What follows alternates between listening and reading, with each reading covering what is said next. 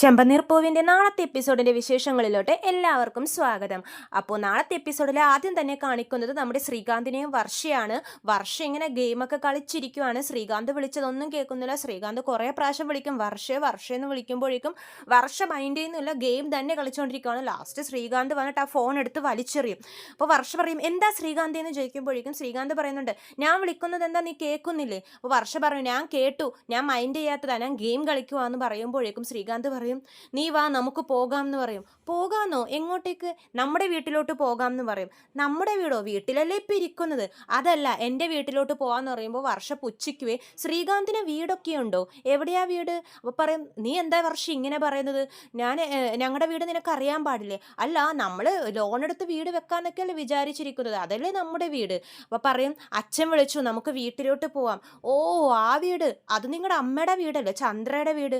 അവരെപ്പോഴും പറഞ്ഞുകൊണ്ടിരിക്കുമല്ലോ എൻ്റെ വീടെന്ന്.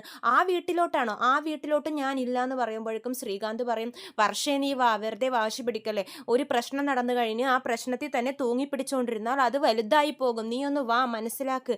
അച്ഛൻ വിളിച്ചു, ഭയങ്കരമായിട്ട് വിഷമപ്പെട്ടു എന്ന് പറയുമ്പോഴേക്കും വർഷ പറയുന്നുണ്ട്, അപ്പം എൻ്റെ അച്ഛന് സങ്കടമായില്ലേ? അത്ര ആൾക്കാരുടെ മുമ്പിൽ വെച്ച് എൻ്റെ അച്ഛനെ തല്ലിയതോ?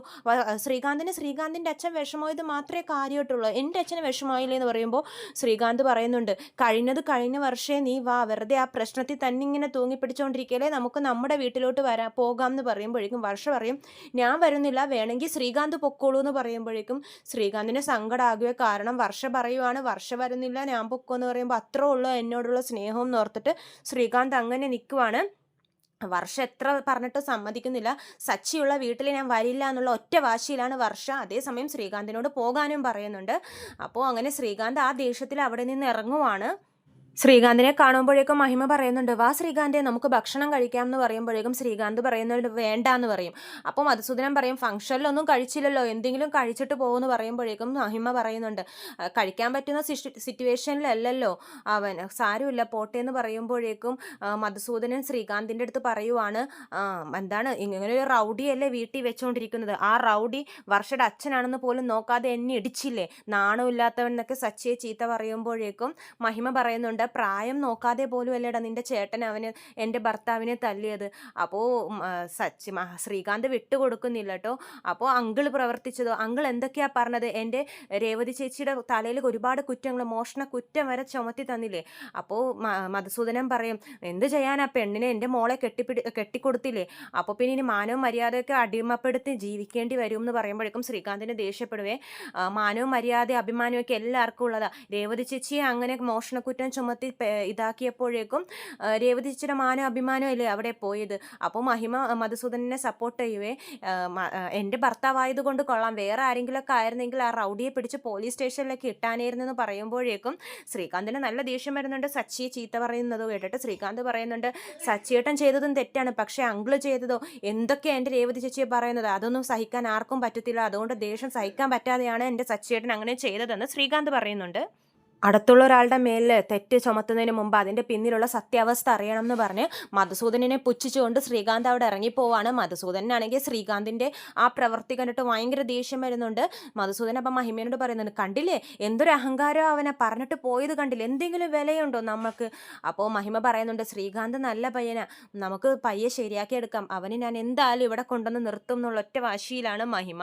അപ്പോൾ മധുസൂദനും പറയുന്നുണ്ട്, എനിക്കാ രവിനെ കാണുന്നത് ദേഷ്യ, അവരുടെ മോനെ അവരുടെ വീട്ടിൽ നിന്നും പറിച്ചെടുത്ത് എനിക്ക് എൻ്റെ വീട്ടിൽ കൊണ്ടുവന്ന് നിർത്തണം, അതാണ് ഞാൻ രവിക്ക് കൊടുക്കുന്ന ശിക്ഷ, അപ്പോഴേ എനിക്ക് സന്തോഷമാവുള്ളൂ, എനിക്ക് ആ പ്രതികാരം ചെയ്യണം, ശ്രീകാന്തിനെ ഇവിടെ തന്നെ നിർത്തണം എന്ന് മധുസൂദനും പറയുവാണ്.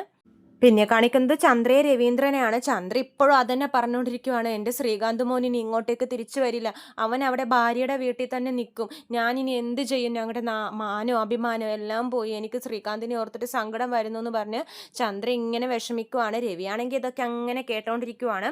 ഈ ടൈമിലാണ് സച്ചിയും രേവതിയും കൂടി പുറത്തുനിന്ന് കയറി വരുന്നത്. സച്ചിയും രേവതിയെ കാണുമ്പോൾ തന്നെ ചന്ദ്രക്ക് നല്ല ദേഷ്യം വരുവേ.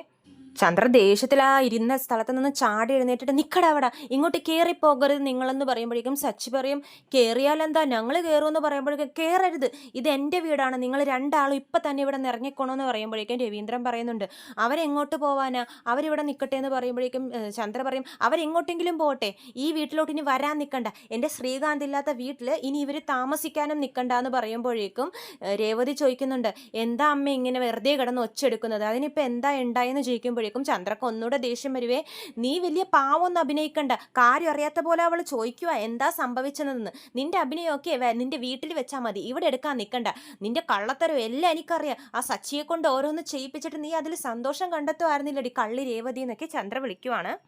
നീ ആ വർഷയെ വീട്ടിൽ നിന്നും ഇറക്കി വിടാൻ വേണ്ടിയിട്ട് ട്ടല്ലേടി സച്ചിയെ കൊണ്ട് ഇങ്ങനെയൊക്കെ ചെയ്യിപ്പിച്ചതെന്ന് പറയുമ്പോഴേക്കും രേവതി ചോദിക്കുന്നുണ്ട് ഞാൻ എന്തിനാ വർഷ ഈ വീട്ടിൽ നിന്നും പറഞ്ഞു വിടുന്നത്, ഈ വീട്ടിലോട്ട് വർഷയെ വിളിച്ചുകൊണ്ട് വന്നത് തന്നെ ഞാനാണ്, അപ്പം ഞാൻ എന്തിനാ അവളെ പറഞ്ഞു വിടണമെന്ന് പറയുമ്പോഴേക്കും ചന്ദ്ര പറയുന്നുണ്ട് നിനക്ക് ഈ വീട്ടിൽ ഒറ്റയ്ക്ക് ജീവിക്കണം, ഒറ്റയ്ക്ക് ഭരിക്കണം, അതിന് വേണ്ടിയിട്ടല്ലേ നീ ഇങ്ങനെയൊക്കെ ചെയ്തതെന്ന് പറയുമ്പോൾ സച്ചിക്ക് ദേഷ്യം വരുവേ, പിന്നെ ഇത് വലിയ കൊട്ടാരമല്ലേ രേവതിക്ക് ഒറ്റയ്ക്കിരുന്ന് ഭരിക്കാൻ വേണ്ടിയിട്ട്, വാ രേവതി നമുക്ക് അകത്തോട്ട് പോകാം എന്ന് പറയുവാണ്. അപ്പോൾ ചന്ദ്രക്ക് ഒന്നുകൂടെ ദേഷ്യം വരും, ഞാനിവിടെ സംസാരിച്ചുകൊണ്ടിരിക്കുന്നു, നിങ്ങൾ എവിടെ കയറി പോകാൻ പോകുന്നു, നിങ്ങൾ പോകാൻ നിൽക്കണ്ട, ഇവിടെ നിന്ന് ഇറങ്ങി പൊക്കോ എന്ന് പറയുമ്പോഴേക്കും രവീന്ദ്രൻ പറയുവാണ് ഒന്ന് വെറുതെ ഇരിക്കും ചന്ദ്രയെ, അവരകത്തോട്ട് പോട്ടെ എന്ന് പറയുമ്പോഴേക്കും ഒരു പ്രായമായ മനുഷ്യൻ, എന്ത് വലിയ മനുഷ്യനായ അയാളെ കയറി അടിച്ചിരിക്കുന്നു. അപ്പോൾ സച്ചി പറയുന്നുണ്ട് പ്രായമായ മനുഷ്യൻ്റെ വായിൽ നിന്ന് വന്ന വാക്കുകളാണോ അത്, പക്വതയോടെ സംസാരിക്കാൻ അറിയില്ല അയാൾക്ക്, ഒരു ചെറിയ മനുഷ്യൻ്റെ കയ്യിൽ നിന്ന് അടിമേടിക്കാൻ നാണമില്ല എന്നൊക്കെ പറയുമ്പോഴേക്കും സുധി പറയുന്നുണ്ട് അവിടെ നിന്ന് നിനക്ക് അയാളോട് നേരത്തെ ദേഷ്യം ഉണ്ടായിരുന്നു, അപ്പോൾ ഒരു അവസരം കിട്ടിയപ്പോൾ നീ ആ ദേഷ്യം തീർത്തതല്ലടാന്ന് പറയുമ്പോൾ സച്ചിക്ക് ദേഷ്യം വരുന്നുണ്ട്. എടാ പഠിച്ച ക്രിമിനല്, നിന്റെ മൈൻഡിൽ അങ്ങനെയൊക്കെ ആയിരിക്കും, പക്ഷെ എൻ്റെ മനസ്സിൽ അങ്ങനെയൊന്നുമില്ല, ഞാൻ എന്തെങ്കിലും ഉണ്ടെങ്കിൽ അപ്പപ്പോൾ തീർക്കും, അല്ലാതെ ഉള്ളിൽ ദേഷ്യം വെച്ച് നടക്കുന്ന സ്വഭാവമൊന്നും എനിക്കില്ല, നീ വെറുതെ ഒന്നും ചിന്തിക്കാത്ത കാര്യങ്ങളൊന്നും പറയാൻ നിൽക്കരുതെന്ന് പറയുമ്പോൾ രവീന്ദ്രൻ പറയും സച്ചി നീ ഇങ്ങോട്ടേക്ക് വാ എന്ന് പറഞ്ഞ് അകത്തോട്ട് വിളിച്ചുകൊണ്ട് പോവാണ്. എന്നിട്ട് രവീന്ദ്രൻ സച്ചി ഉപദേശിക്കുന്നുണ്ട് എന്തൊക്കെ ആയാലും വാക്കുകൊണ്ട് സംസാരിച്ചാൽ മതിയായിരുന്നു, വെറുതെ അയാളെ തല്ലാൻ നിൽക്കണ്ട, അയാൾ പ്രായമായ മനുഷ്യനല്ലേ. അപ്പോൾ പറയുമ്പോഴേക്കും അച്ഛാ എൻ്റെ രേവതി എന്തൊക്കെയാ പറഞ്ഞത്, ഞാൻ അത്ര നേരം ക്ഷമയോടെ നിന്നില്ലേ, അച്ഛൻ വേണമെങ്കിൽ രേവതിനോട് ചോദിച്ചു നോക്കുമെന്ന് പറയുമ്പോഴേക്കും രേവതി പറയുന്നുണ്ട് ആ സച്ചിയേട്ടൻ രാവിലെ തൊട്ട് എല്ലാം സഹിച്ച് അങ്ങനെ നിൽക്കുവാണ്, എന്തോരം നേരം ക്ഷമയോടെ നിന്നു, സച്ചിയുടെ മനഃപൂർവ്വമല്ല ആ പ്രശ്നങ്ങളൊന്നും ഉണ്ടാക്കിയെന്ന് പറയുമ്പോഴേക്കും സച്ചി പറയുന്നുണ്ട് അത്രയും ക്ഷമയോടെ നിന്നച്ച ആ പ്രശ്നങ്ങളായാൽ രേവതിയെ എന്തോരം അപമാനിച്ചു, എന്നിട്ട് ഞാൻ മിണ്ടില്ല, ലാസ്റ്റിൻ്റെ ക്ഷമ നശിച്ചപ്പോഴാണ് ഞാൻ അങ്ങനെ ചെയ്തതെന്ന് പറയുവാണ് സച്ചി.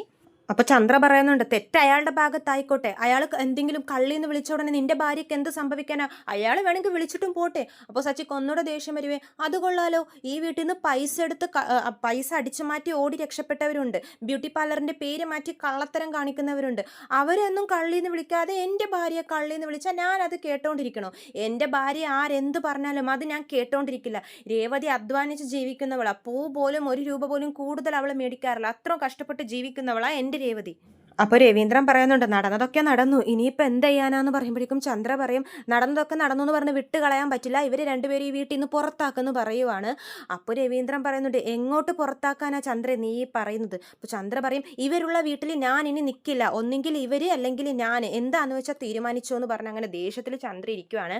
അപ്പോൾ സച്ചി കുറച്ചു നേരം മിണ്ടില്ലേ, എന്നിട്ട് പറയും ആ ശരി ഞാൻ ഇവിടെ തന്നെ നിൽക്കാം, അമ്മ എന്താണെന്ന് വെച്ചാൽ തീരുമാനിച്ചോ എന്ന് പറയുമ്പോഴേക്കും രേവതിയൊക്കെ ഇങ്ങനെ നോക്കുവേ. അപ്പോൾ രവീന്ദ്രൻ പറയും എടാ സച്ചി തമാശ കളിക്കാതെ, അമ്മ അങ്ങനെ പലതും പറയും, നീ അങ്ങോട്ട് പോയിക്കോ എന്ന് പറയുമ്പോഴേക്കും ചന്ദ്ര പറയുന്നുണ്ട് ഞാൻ അങ്ങനെ വെറുതെ പറയുന്നതെന്നല്ല, ഇവരുള്ള വീട്ടിൽ ഒരു സമാധാനം ഉണ്ടാവില്ല, അങ്ങനെ ഇപ്പം ഇവർ മാത്രം ഇവിടെ സന്തോഷിച്ച് ജീവിക്കാനും നിൽക്കണ്ട, ഇവർ ഈ വീട്ടിൽ നിന്ന് കഴിഞ്ഞാൽ എല്ലാവരും തല്ലിപ്പിരിയും, ഒരു സമാധാനമില്ലാത്ത വീടായിട്ട് ഇത് മാറും, ഇവിടെ നിന്ന് ഇറങ്ങി പോട്ടെ രണ്ടാളും എന്ന് പറയുമ്പോഴേക്കും സച്ചിക്ക് അത് വിഷമമാവേ. അപ്പോൾ സച്ചി ഇങ്ങനെ നോക്കും, ഓ അപ്പം അമ്മയുടെ തീരുമാനം അതാണ്, ഉറച്ച തീരുമാനമാണല്ലേ, ഞങ്ങളോട് പോകാനാണ് പറയുന്നത്, ശരി എന്നാ വാ രേവതി ബാഗൊക്കെ എടുക്ക്, പാക്ക് ചെയ്യും, നമുക്ക് പോകാം എന്ന് പറയുവാണ്. അപ്പോൾ രേവതി ഇങ്ങനെ നോക്കുവേ, എന്താ സച്ചിയേട്ടൻ എന്താ ഇങ്ങനെയൊക്കെ പറയുന്നത്, അമ്മ പറഞ്ഞത് കേട്ടില്ലേ, നമ്മളിവിടെ നിന്ന് അവർക്ക് സമാധാനമില്ല, എല്ലാവരും തല്ലിപ്പിരിയുമെന്ന്, നമുക്ക് പോകാം, വാ അച്ഛാ നമുക്ക് പോകാം എന്ന് പറയുവാണ്. അപ്പോൾ ചന്ദ്രൻ ഞെട്ടുവേ, അതെന്താണ് രവിയേട്ടനെ വിളിക്കുന്നത്. അപ്പോൾ പറയും എൻ്റെ അച്ഛനെ ഞാനിവിടെ ഒറ്റക്കിട്ട് പോകില്ല, പോകുവാണെങ്കിൽ ഞാൻ എൻ്റെ അച്ഛനെയും കൊണ്ടുപോകും എന്ന് പറയുമ്പോഴേക്കും ചന്ദ്ര ഇങ്ങനെ നെട്ടി നിൽക്കുവാണ്. അപ്പോൾ രവി പറയും ആ ശരി, നീ ഒരിക്കലും സച്ചി ഒരു മോനായിട്ട് കണ്ടിട്ടില്ലല്ലോ, അതുകൊണ്ട് തന്നെ ഞാൻ എൻ്റെ മോനാണ് സച്ചി വിളിച്ചാൽ ഞാൻ പോകുവാണെന്ന് പറഞ്ഞ് രവിയും പോകാൻ റെഡിയാവുകയാണ്. അവിടെ വെച്ചിട്ടാണ് നാളത്തെ എപ്പിസോഡ് നിർത്തുന്നത്. കൂടുതൽ വിശേഷങ്ങൾ ഞാൻ ചാനലിലൂടെ അപ്ലോഡ് ചെയ്യാം. ചാനൽ സബ്സ്ക്രൈബ് ചെയ്യാത്തവർ സബ്സ്ക്രൈബ് ചെയ്യണേ. എല്ലാവർക്കും നന്ദി.